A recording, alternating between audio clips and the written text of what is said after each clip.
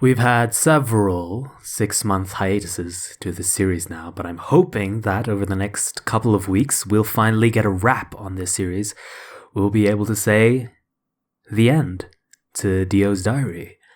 There's still quite a ways to go. I got a few comments asking me if that was it, and no, we're at 11 entries into 80. So, so we've got a lot of ways to go, and I fully expect my voice to be completely done by the end of it, because there will be a lot of reading. But hey, I'm just excited to be finishing this project once and for all. And then after that will be George Joestar, so we'll see how that goes. I will say that this specific video is the one that made me stop, that made me actually go on the hiatus, the previous one. Mainly because I was really frustrated with YouTube, because I got a bunch of comments from people who I actually wanted to read comments from, like viewers who I recognize, and YouTube kept deleting the comments before I even got a chance to screen them to be like, had they said anything offensive, or if had they used the bad words, the 7 bad words that Carlin talked about. Apparently YouTube doesn't care whether I have a say in it. So yeah, I'll talk about all this stuff later on my channel update.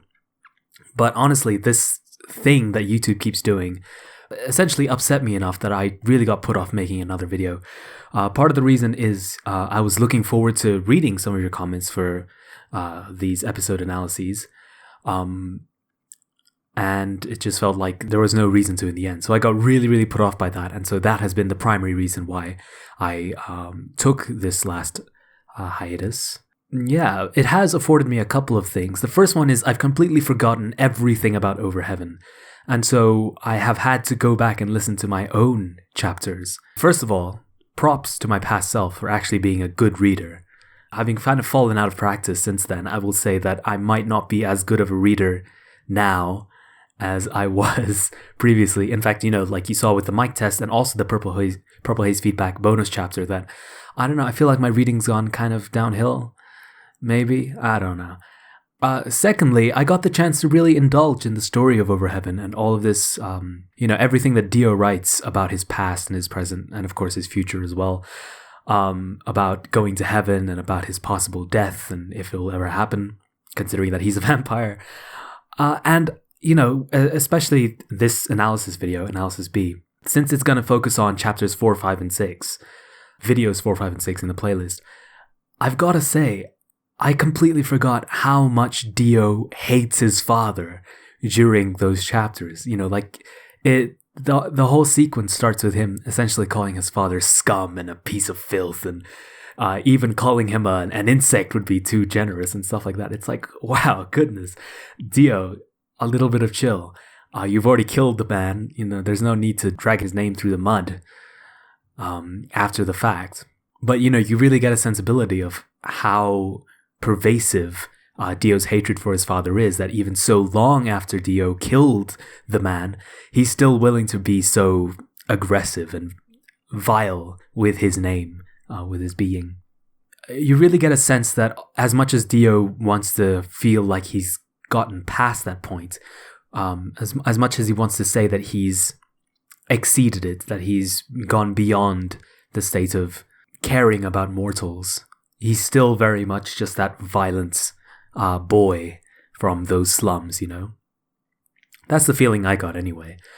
Yeah, so besides that, there's not much more to say. I feel like a lot of what is interesting about these chapters is already explicated within the chapters themselves. They do a really good job of stepping through Dio's thought processes, and those thoughts are what makes him interesting.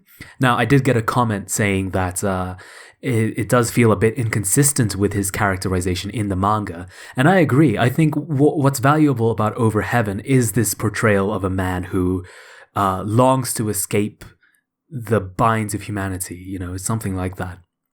But in doing so is subject to all of the most fatal flaws that humans have, egotisticalness, that's not a word, greed, anger, violence, these more human traits are exactly the kind of things that Dio ultimately falls victim to.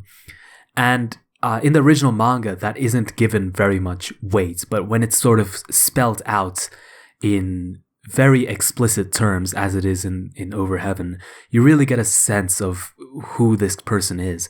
And again, it doesn't feel like Dio from the manga, the various parts of the manga, but it does provide a very interesting character who sort of challenges the morality of things. The standout moment where that happened was when Kakyoin is mentioned for the first time, or maybe the second time.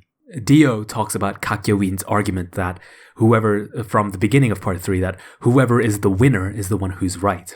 But the thing is, Kakyoin at that time had the flesh bud embedded in him, so it's hard to know if that's like evil Kakyoin only, that's only what he thinks, or if that's what actually Kakyoin thinks. It's just something that he doesn't really indulge in, or rather, much like Jotaro, he tries to be the winner because he knows that his sense of righteousness is the one that is correct, more or less. So that's an interesting question about Kakyoin. But more interesting is Dio's response to that, which is, I don't think it's the winners who are good. I actually think it's the evil ones who win. It's a weird twist. It's hard to know if it's just Nisio isn't like playing with words, or if he's genuinely trying to provide something, a deeper philosophy to Dio. Of course, that's going to be something that unravels, or hopefully it's going to be something that unravels in the later entries. The difference being that morality stops being a predetermined question. It's not just what is good and what is bad, but rather morality becomes the question of achievement itself. Are you doing something? It becomes the ultimate moral question, and sort of, I guess, nihilistic tendencies, this belief that nothing matters, becomes sort of the ultimate evil in a way. Or for Dio, I guess, the ultimate good. Because what Dio's argument is that if you want to do something, right, if you want to affect yourself into the world, that requires greed, right? That requires selfishness. And that, in order to affect your selfishness onto the world, that requires you to be evil. And that's that's such an interesting idea. I can't really think of any parallels to, anyone else who said something similar. Obviously there have been sort of existentialist philosophers who say that action is the ultimate good, and inaction, like nihilism, like you would get if you promoted or believed in nihilism, is the ultimate evil. But Dio kind of flips that on his head, So that's a really interesting philosophy. Okay, wait, stop. Sorry, I didn't mean to scare anyone there. It's just I came back from a shower in which I had some interesting thoughts about everything I just recorded, and so I wanted to add on to that. Because I realized I didn't actually finish the thought that I wanted to say, which is about the 36 sinners. So, Dio believes that the only way you can affect yourself into the world is if you are evil. And by affecting yourself into the world, you win, which is why he needs 36 sinners. Now, the Christian perspective is that everyone's a sinner, right? And in fact, you hear this quite often. It's that the greater the man, the greater the sins. Your virtues are amplified along with your vices. But Dio's, obviously Dio doesn't care about that. Dio just wants your vices to be as significant as possible. And in fact, the fewer your virtues are, the less scrupulous you are about what you end up doing, which means you can be more selfish, so to speak. And that, I was listening back to Analysis A, my previous analysis video, and I think that's something that I didn't understand about Dio and his perspective regarding his mother when I recorded that video, because what Nisio Isin is talking about when he calls Dio's mother an angel is not that she was an inherently all-good person, but rather she was committed to good in the way that a sinner is committed to bad, in the same way that the vices of a person are exemplified in the 36 sinners that Pucci ends up picking in the high priority prison. In the same way, only the virtues are present in a person like Dio's mother, who is an angel. She is willing to see the goodness in a person like Dario and ultimately try and stay with him and try to redeem him. That definition of goodness, I think, is a very socially conservative one, where you are trying to maintain the status quo, and the things that we do think are wrong with the world aren't for us to just, step past and discard as an issue, throwing money at it until it's gone, but rather, is it something that we can take with us into the future in a better form? Can we redeem it? Can we forgive it? And in so doing, make it a better thing for us than simply a burden. Whereas if you're more of a social progressivist, then you aren't looking so much at what has happened, but rather where you can take the future. And so the past is less relevant. It's more about what you can do in the present in order to affect the future. That is more and more utopic, let's say. So yes, you actually do see that very clean divide between affecting yourself into the world and, kind of restraining yourself and seeing, maybe things are okay as they are in the status quo. So that division is there, not to, make this political in any way whatsoever. So please don't. You in the comments, don't. It does bring up the question of whether Dio is a socially conservative person. But as far as politics is concerned, I think all Dio ever wanted to be was mayor of New York. And what a shame he didn't get to live that dream. That's it, though. That's the final word. No politics. Did you sneeze it off? That's it. No more. Okay. The problem with this conservative method of thinking that I'm talking about, that Dio's mother has, through her own religious upbringing, is that you rely too much on other people to behave the way that you want them to, which is not a healthy thing to do whatsoever, whether it's for the other person, but more specifically because you don't necessarily get what you want. You don't get to affect what you want into the world. It's a flawed sense of virtue in that you are not affecting enough of your own goodwill and your own what you believe is right into the world, which is where Jotaro and Kakyoin come in, because they have a very distinct perspective on what is right, and so they are the ones who are willing to fight for it, which is why you might think it is not virtuous to fight someone, but in fact, fighting someone is an act of virtue if you are fighting for virtuous things.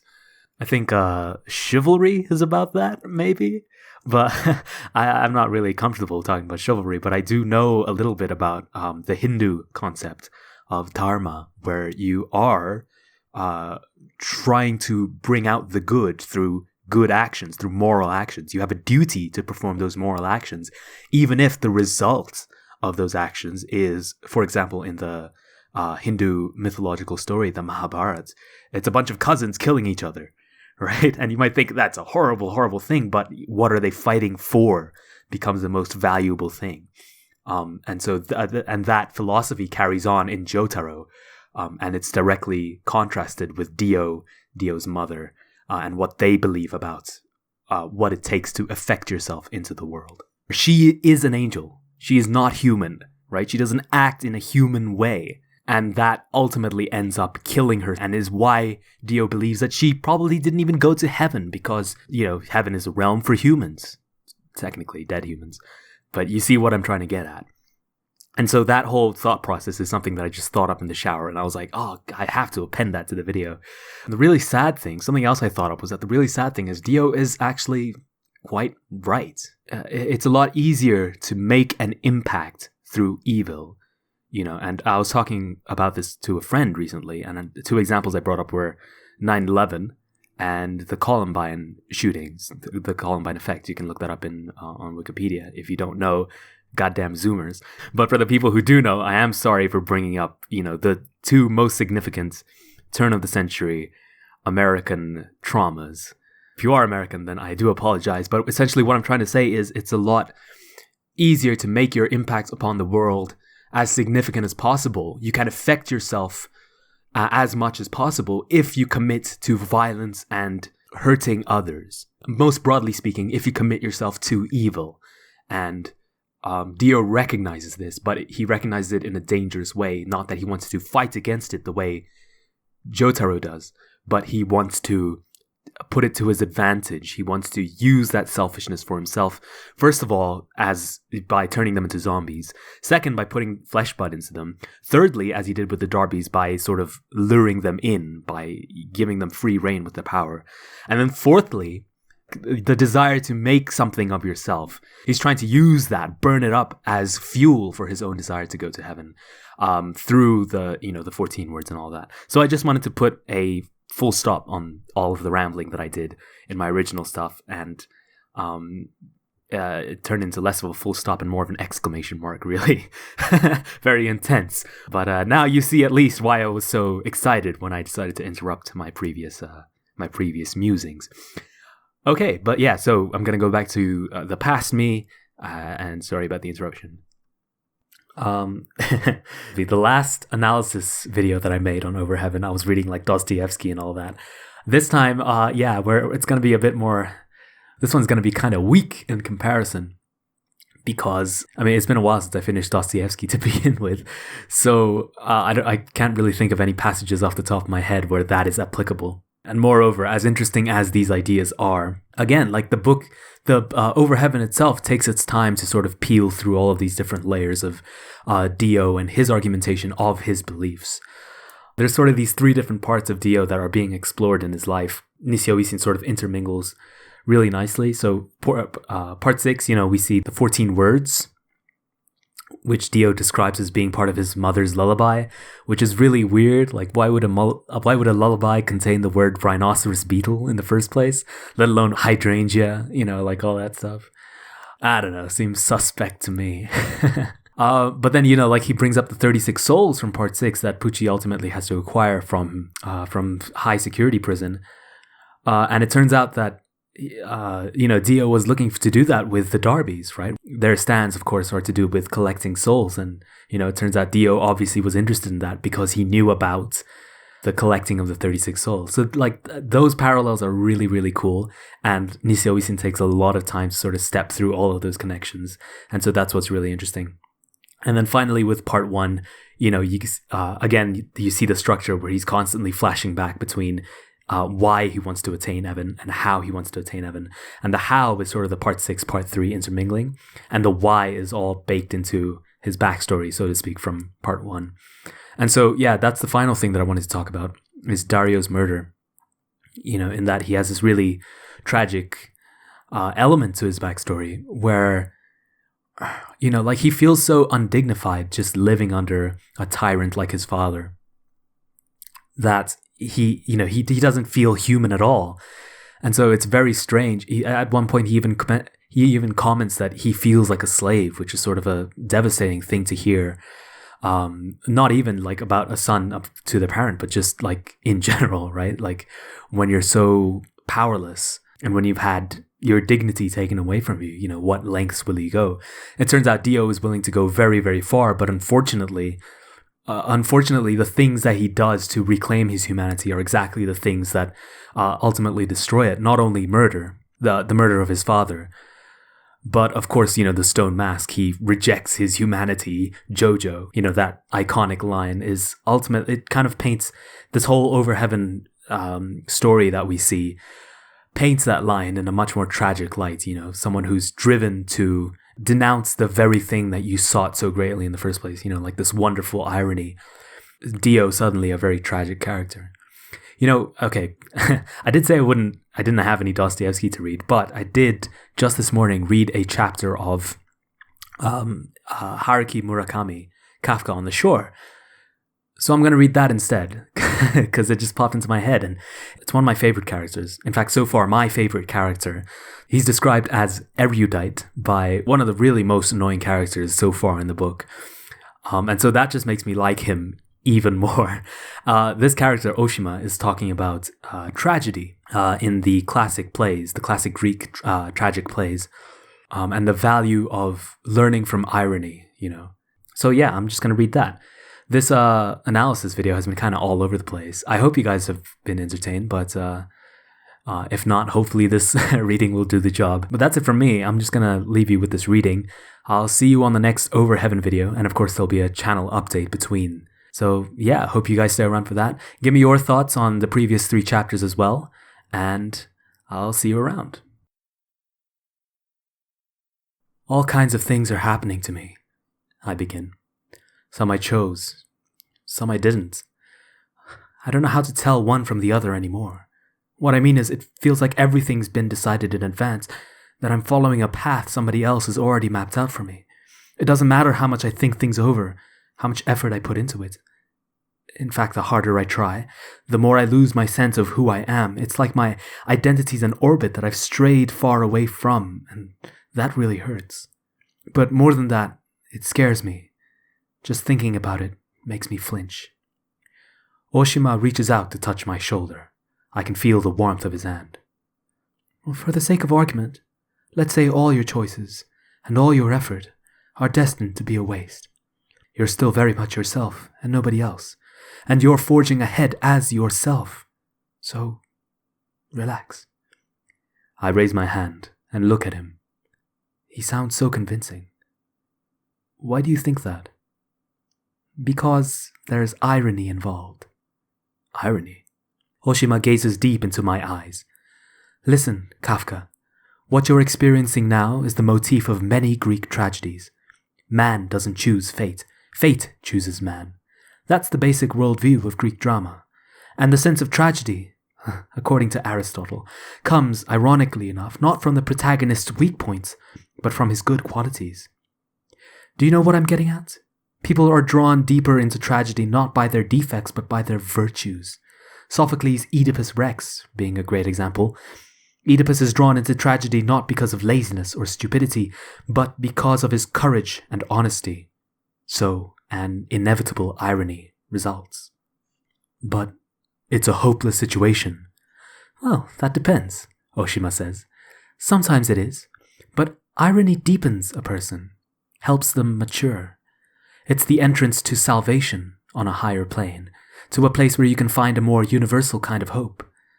That's why people enjoy reading Greek tragedies even now, why they're considered prototypical classics. Like Goethe said, everything in life is a metaphor. People don't usually kill their father and sleep with their mother, right? In other words, we accept irony through a device called metaphor. And through that, we grow and become deeper human beings.